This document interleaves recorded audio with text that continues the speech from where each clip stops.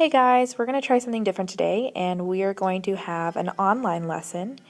So what I'm expecting of you is that you follow along with me and that you write notes just as if we were in regular lecture. When we're done with this page and the page after this, you will cut out along these lines that make the giant rectangles all the way down the page on both this page and the next one, and you will glue it on pages 10 and 11 in your spiral. These should be your next pages open. So I'm expecting that you follow along. If you have any questions about what's going on or your video stops playing, just raise your hand and ask me. We're all learning here. We're going to try to do this together. So what we're talking about today is literal equations. Literal equations are defined as an equation that has two or more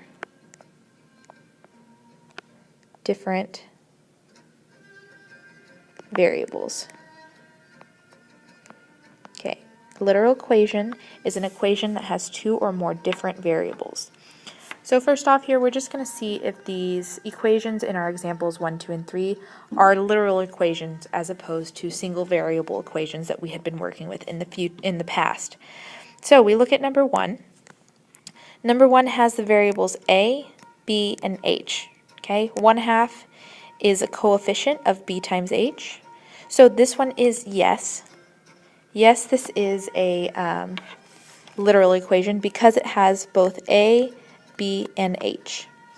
Okay, number 2, let's look at that one. 3x plus 14 equals negative 21. In number 2, we only have the variable x, so this would not be a literal equation. This is a single variable equation because there is only an x. There's no other variable going on here. Okay. Number 3 is 3x minus 2y equal to negative 12. Is this a literal equation? If you answered yes to yourself, you are correct. Yes, this is a literal equation because there is both an x and a y. There are two different variables in this equation. So it is called a literal equation. Well, next up, we're going to look at some practice problems on how to solve literal equations for the indicated variable. So we're looking solely right here at number 4. Okay, it says 3y plus 4x is equal to 9. And it wants us to solve for y. So what I want us to do is I want us to circle and or highlight the variable that it's asking us for in every step. So this one is asking us to solve for y. So I'm going to treat y as if it's the only variable in this situation. If we were solving this as if we were solving a single variable equation, first thing we would do is get rid of grouping symbols, which are gone. Then we ask ourselves, are there constants on both sides? Well, since I'm worried only about the y, that would be a yes. I need to move this 4x away from the y because I want to get y by itself. Okay? To move 4x, I have to move it across the equal sign. Since it's going across the equal sign, I use the inverse operation, so I subtract 4x. Okay, the reason I'm subtracting 4x because currently it is added to 3y. So I have to subtract it. Plus 4x minus 4x becomes 0, so it crosses out. I didn't do anything with the 3y, so I go ahead and bring it down. I'm left with 3y is equal to negative 4x plus 9. Okay, why could I not combine these two together? Why did I separate them as two separate terms? Okay, if you're thinking, well, they're not like terms, you're correct, okay? X and 9 cannot be combined together by addition or subtraction. So these are two separate terms, okay? This is good how we've written it so far. Now, what is the coefficient in front of the y? Currently, it's 3. I need that to be 1. So to get that to be 1, I have to divide this equation by 3 on one side. So I would divide it by 3 on the other side. But here's something I want us to write down, okay? When you divide,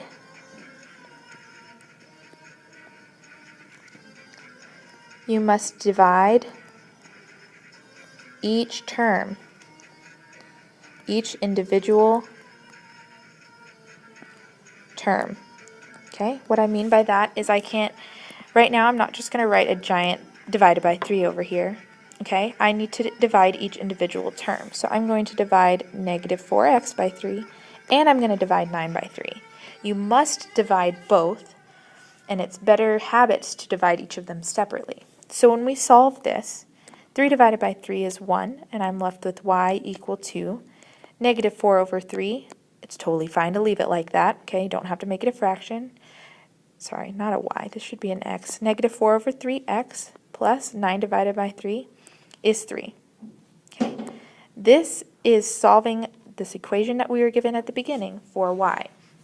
You have successfully solved that literal equation for the indicated variable for y. Okay, let's give a couple more practice tries. We look at number 5.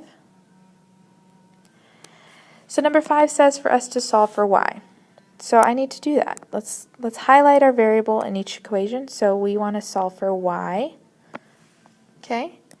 Right now I need to move the 20x away from the y. Okay. I want to move the 20x away from the y. Currently 20x is positive, and I'm moving it because it's on the same side as the y. I want to move it over here with this 15. Okay. Currently positive, so I have to subtract 20x so that it becomes 0. I subtract 20x from either side. 20x minus 20x is 0. I'm left with positive 5y on the left-hand side of my equal sign, and a negative 20x plus 15 on the other side. Okay, I'm still looking to get this y by itself, so go ahead and circle it. Okay, currently y and 5 are multiplied together. Since they're multiplied together, to do the inverse operation, I must divide by 5. Okay, now what did we just write at the bottom of the other problem? Okay, we must divide each term separately by 5. Okay, divide both terms by 5. So we're dividing both terms individually. Okay, that's your reminder. Okay, and if you're not using this symbol for dividing, if you're still writing the elementary school version of dividing, which is this symbol, I need you to start writing it like this, okay? This is going to be how we write division. It'll help us when we get to fractions to see 15 over 5 as a division problem, okay? 5 divided by 5 is 1, so it cancels out. I'm left with y equal to negative 20 divided by 5. That's negative 4x. 15 divided by 5 is 3. So I have y equals negative 4x plus 3. Okay, we have successfully solved this literal equation for y. If you have any questions at this time, please go back and look or raise your hand to ask me some questions, as I can help you individually if you have questions for me. I'm going to continue going through this lecture. We have 2 more practice problems that are like this, and then we're going to move on to a lot more variables going on. So we have 2 more equations here. Number 6 wants us to solve for y again. So we highlight the y. Okay, highlight the y. What is the first thing we need to move? Okay, what's on the same side of y that is not with the variable y? This x does not have the same variable as y. Okay, so we need to move this guy away. So we subtract 6x. We subtract because we have to do the opposite sign. We have to do that on both sides of the equal sign. If you need to draw a line, go ahead. 6x minus 6x is 0, so that cancels out. I'm left with negative 3y equal to minus 6x minus 6. So again, we cannot combine these two because they are not like terms. We cannot combine like terms between addition and subtraction. Okay? We're still looking for this y, and it's not by itself yet. That negative 3 is in the way. So we need to divide by negative 3. Divided by negative 3. Then what should I do to both terms on the other side? Is this correct? No, I need to divide both terms by negative 3. Okay? Negative 3 divided by negative 3 is 1. Y is equal to negative 6 divided by negative 3 is a positive 2. Negative 6 divided by negative 3 is a positive 2. So this equation solved for y is y equals 2x plus 2. Now you'll notice that I'm always writing them with the variable that has x coming first and then the constant. Okay, so this should be you should always write your variables first. So variables and then your constants. Okay, that's just good habits to have. Variables and then constants. Okay, pause the video right now and see if you can do number 7 on your own.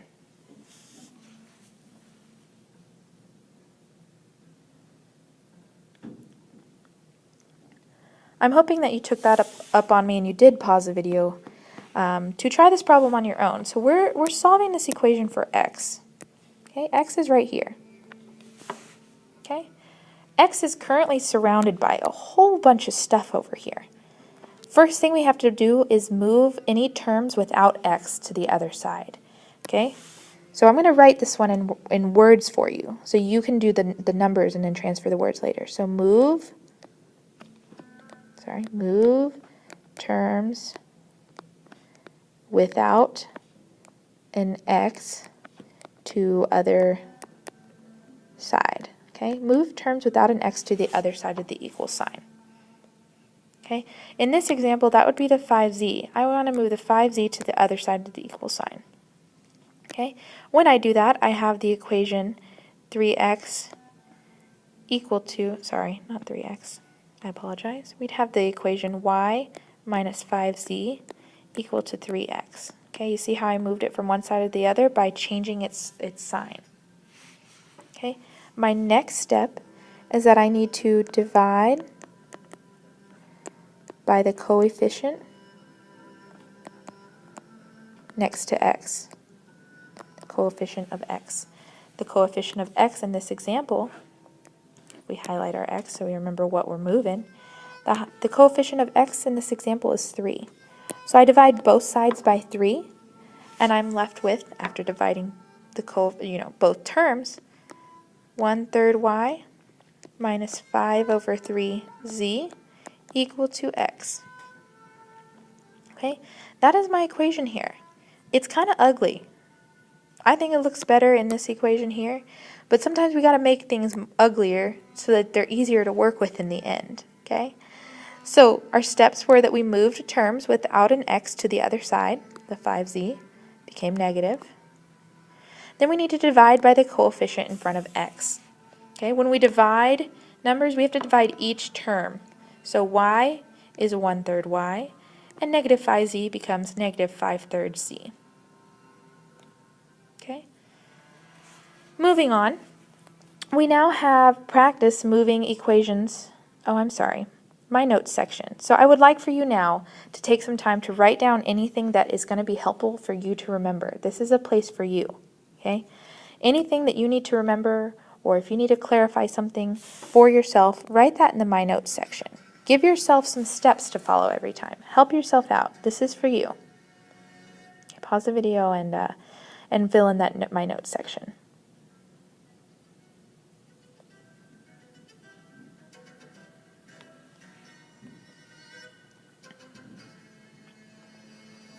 Okay, before we move on, what we're going to do now is we're going to look at formulas that we'll use a lot in the math that's coming up. Some of them are geometry formulas, some of them are physics formulas.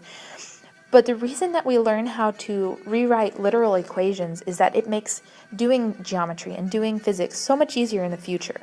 Okay? If we're able to understand what we're solving for each time and rearrange the equation to get it to where we can just plug numbers in, you will thank me in the end if you can master this skill. Okay? So number 8 looks frightening. It says S is equal to pi r squared plus pi r times L. Okay? Say that one more time. S is equal to pi r squared plus pi r times L. Okay? When letters and numbers are all squished next to each other, these are all multiplied. Okay? So this is pi times r times r. That's what the squared means. This is pi times r times L. Okay? When they're squished together, all they are multiplied. So we're looking to solve for L here. Okay, we got to get L by itself. First, we need to move terms that do not have an L all the way to the other side of the equal sign. Well, this term does not have an L, so we need to move this term to the other side of the equal sign. So I subtract pi r squared from both sides. What? I'm going to subtract the entire thing? Yes. You can add and subtract constants and numbers however you want, constants and variables so long as you are still solving for your equation. Okay, this cancels out just like numbers and variables did up above. Can I combine these two together? Do they have the same last name? They have all the same variables? Oh no, this one only has a variable of s, this one has a variable of r squared. So these are completely separate. So we must write them completely separate. S minus pi r squared is equal to pi r times L. Okay, I'm still looking to solve for L, so I need to get that by itself. Right now, this L has a coefficient of pi times r. I'll say that one more time. Right now, this L has the coefficient of pi times r. So to get rid of a coefficient, what do? We divide. Divided by pi times r. So I have to divide both of the sides times pi times r. And I'll apologize, sometimes my pi's, they look like this, and sometimes my pi's look like that. Okay, but that stands for pi. It's a geometry thing. You'll get there. Okay? So we have s divided by pi times r. None of that can be simplified, so we leave it. Then we have subtracting by, this cancels out. Pi over pi is pi. And you don't need to understand how, because we'll get to this later, but r squared over r just turns out to be r. R squared divided by r is r. Pi divided by pi crosses out, r divided by r crosses out, and we're left with L equals s over pi r minus r. Okay, if you need to go back right now and this did not make sense, this is a great time to stop and go back and rewatch this equation until you understand, because this is so important. If you can do this crazy example, you're golden for your homework and you're golden for the quizzes next that come up in this class, okay? Stop right now and go back and look at it if you're unsure. If you're hanging on, we're going to go to number 9. Number 9 is another geometry formula. Okay, it's for the area of a triangle. We want to solve this equation for h. Okay, well there's nothing to add or subtract because there's only one term on each side. There's an a on this side and a 1/2 b times h on that side. All I need to do is get h by itself. Okay, we're going to go step by step. If this b wasn't here, we just have 1/2 h. We would need to be multiplying by 2. Okay, so we multiply both sides of this equation by 2. I'm just going to sneak the b back in there for good measure. Okay, we're still looking for this h. But the reason we do that is because 2 times 1 is 2, and 2 over 2 is 1. So this crosses out, it becomes 1. We're left with 2a equal to b times h. Okay, I'm still looking for this h. Okay. Right now, h's coefficient is what? Hope you thought to yourself b. If you did, you're correct. So when coefficients are not 1, we have to divide by them. So I'm going to divide by that variable. Yeah, you're allowed to do that. You're going to divide by the variable here to get h by itself. B over b is crossed out, it's 1. So I'm left with 2 times a over b is equal to h. And that is my literal equation solved for h. How you doing, guys? We've made it through the end of the first page. Again, stop now if you're unsure what's going on and go back to something that you missed, or raise your hand and ask me a question, because we're going to keep going on the other page to more practice problems that get a little bit trickier. So now's a great time to make sure you understand the fundamentals of rearranging an equation or solving a literal equation. Okay, we're just rearranging things using our algebra skills. If you're ready to move on, go ahead and flip over your page and we'll continue to move on. Alright guys, so we're going to work on some practice problems here. Number 10 says the formula for a pitcher's earned run average, or ERA, is A equals to 9R over P, where A is the earned run average, R is earned runs, and P is innings pitched. This is a bunch of baseball stuff. If you're a baseball fan, this should make a lot of sense to you. Otherwise, just hang on in there. Okay, we're going to solve the first formula for R. Okay, here's my formula. It is A, let me zoom in so we can write. It is A equals 9R over P. Okay, 9r over p. And I want to solve this formula for r. Okay, first step to get r by itself is move any terms that don't have an r.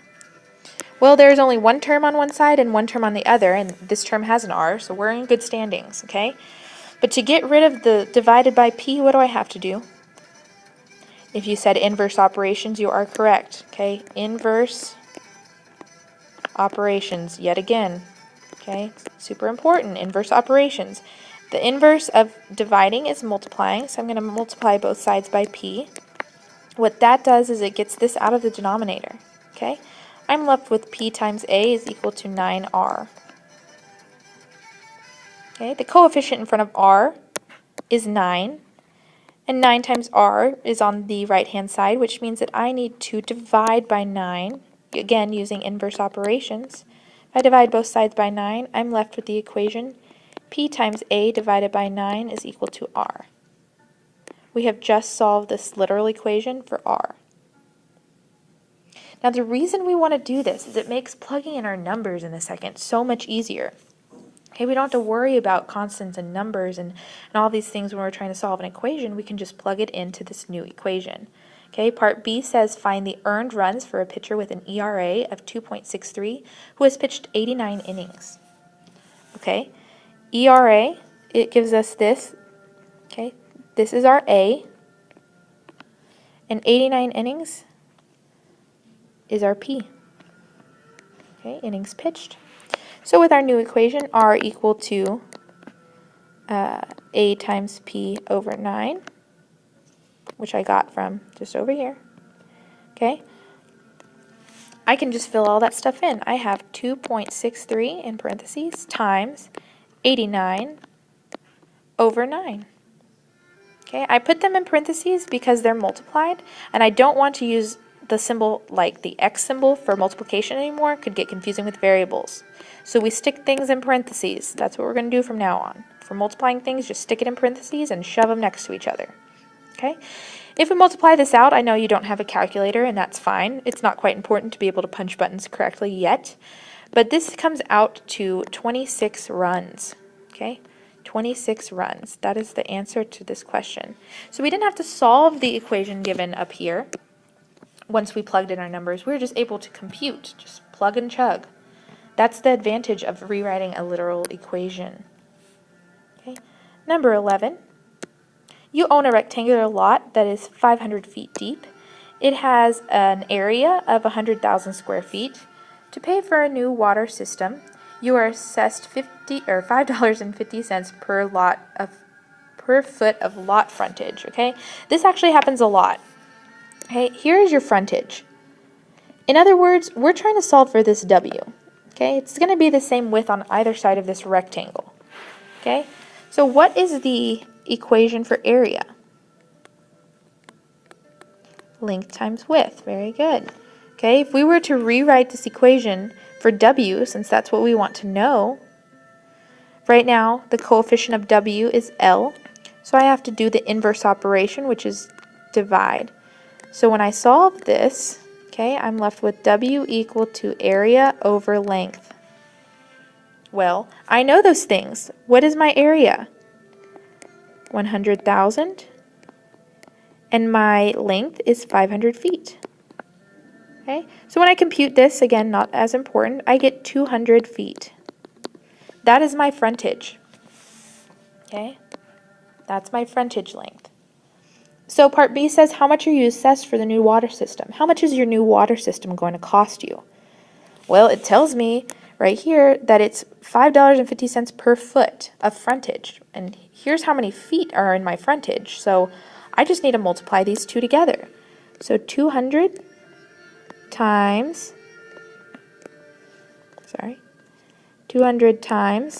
550, again just shoving them next to each other for multiplying. This is equal to $1,100. That is an expensive sprinkler system.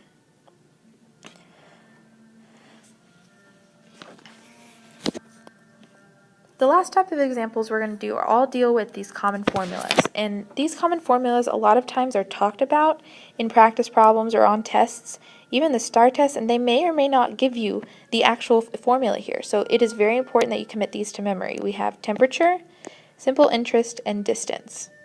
Okay, temperature, we're talking about converting from Celsius to degrees. So if we look closely, we're going to rewrite this equation for Celsius and for degrees.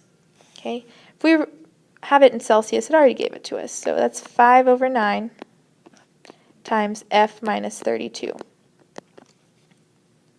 If we solve this equation for F, okay, first thing I would do would be multiplying by this coefficient. So I have 9/5 times C, and then I have to add 32 since it's subtracted on the other side. Okay? This is both of the equations solved for C and solved for F. It's the same equation, just written differently. Okay? We're just rewriting equations. Okay, I didn't break that one down too fast, but you should know what's going on a little bit. I will break down the simple interest formula because I think it's a little bit more important. Simple interest is like how you make money by putting things into the bank. The I stands for interest, so it's what you earn on your money sitting in the bank. The P is capitalized because it stands for principal, or your principal investment, how much you put in at the very beginning of your bank account. R is your rate.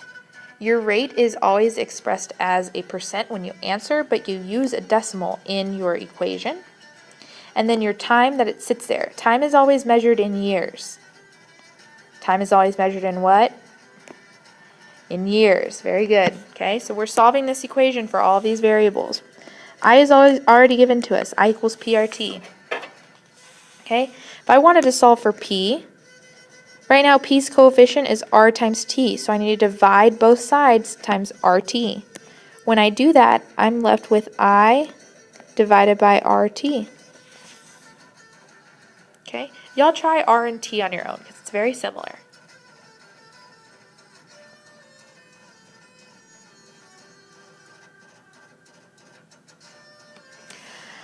Hopefully you got I divided by PT for R, and then I divided by PR for T. Okay, again, investment, principal, rate, time. And I remember our time is in years, and we have to use a decimal for rate. Okay? Lastly is your physics formula for today. It is your distance formula. D equals R times T. Your distance is equal to your rate times your time. Okay? Distance is equal to rate times time. This one I highly recommend just memorizing. Okay? Just memorize the distance equation. Distance is equal to rate times time. Okay? We'll do the same thing. R times T for distance, but if we wanted to solve for R, right now R's coefficient is T. They're stuck next to each other, they're multiplied. This coefficient is T. Well, I want this to be a coefficient of 1. So I divide by T on both sides so that I'm left with D over T for rate. Same thing happens for time. T times R, T's coefficient is R, so I have to divide both sides by R. When I do that, I'm left with the equation T is equal to D over R. Okay, a great way to remember this is to draw a triangle for yourself. This equation works in here, okay? Draw it like that. It looks a little funky, okay? What this does is it helps us solve it immediately, okay? You put a D right here, and then RT. So if you know one of them, and you need to know what the formula is for the others, you can do that. So if I want to know my distance, if you cover up distance, you'll know that it's rate times time. If I want to know my time, I'll know that's distance divided by rate. And if I need to know my rate, if I cover it up, I know it's distance divided by time. Okay? Fun little trick for you to remember the distance equation. Highly recommend committing that to memory again. 3 more practice problems, folks, and then we'll keep going. Okay? Number 12 says, a fever is generally considered to be a body temperature greater than 100 degrees Fahrenheit.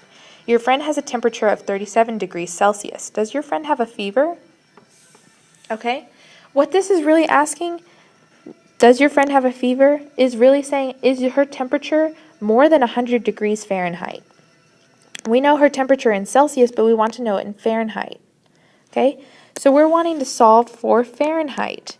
So we're going to go ahead and use this equation when it's solved already for Fahrenheit. See how nice it is to have that already done? Okay, well, we know the Celsius. Our Celsius degrees is 37. So all we have to do is plug that in. Okay, 9/5 times 37 plus 32. When we compute that, that comes out to 98.6 degrees Fahrenheit. So you tell me, does your friend have a fever? No, your friend does not have a fever. So you would answer no, because 37 degrees Celsius is equal to 98.6 degrees Fahrenheit, which is less than 100 degrees Fahrenheit, which is the cutoff for having a fever. Sorry, ran out of space. There we go. Okay, there's our answer. Okay, number 13 has to do with interest.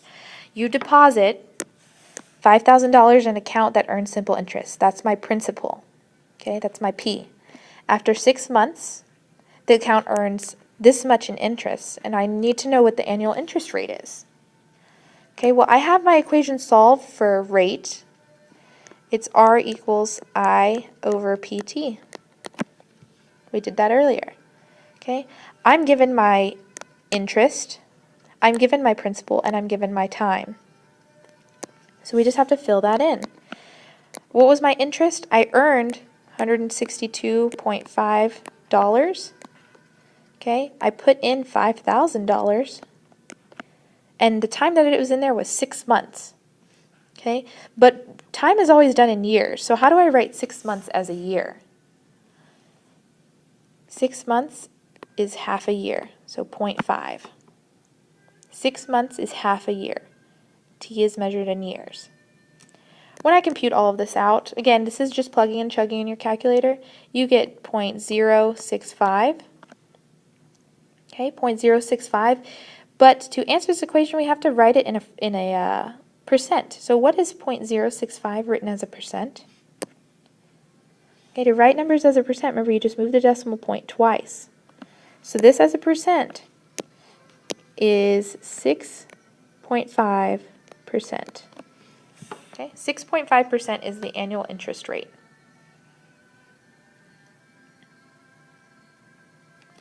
If you feel like you're hanging on there, you can continue with problem number 14. If you're feeling like you just need to go practice a little bit more or go to the exit ticket, like this is just barely hanging on, don't listen to number 14. 14 is kind of tough, but if you're hanging in there and you want the challenge, keep listening for 14.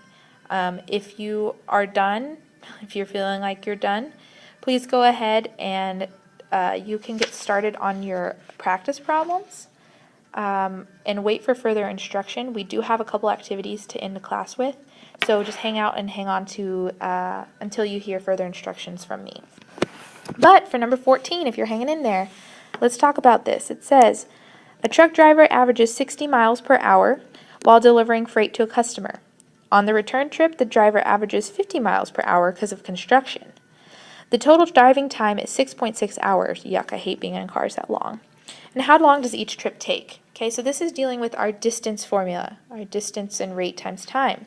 Okay, well, in our delivery trip, we don't know how far he went total. Okay, so we don't know D. But D over the rate is equal to the time, right? So if I add up both the distances and make it equal to the time, okay, I got this from T equals D over R. The total time for both delivery and return is 6.6 hours.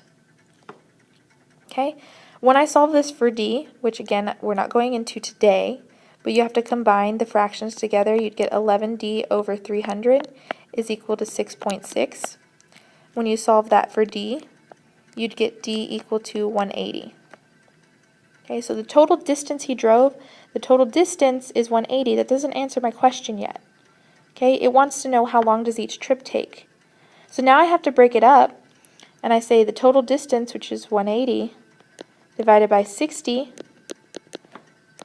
this is it took 3 hours for the delivery. Okay, then I solve it again. Okay, it took 3.6 hours for the return. So this would be my final answer. Again, this was a macho problem. If this didn't make sense, but the rest of this did, you're honestly in a great spot.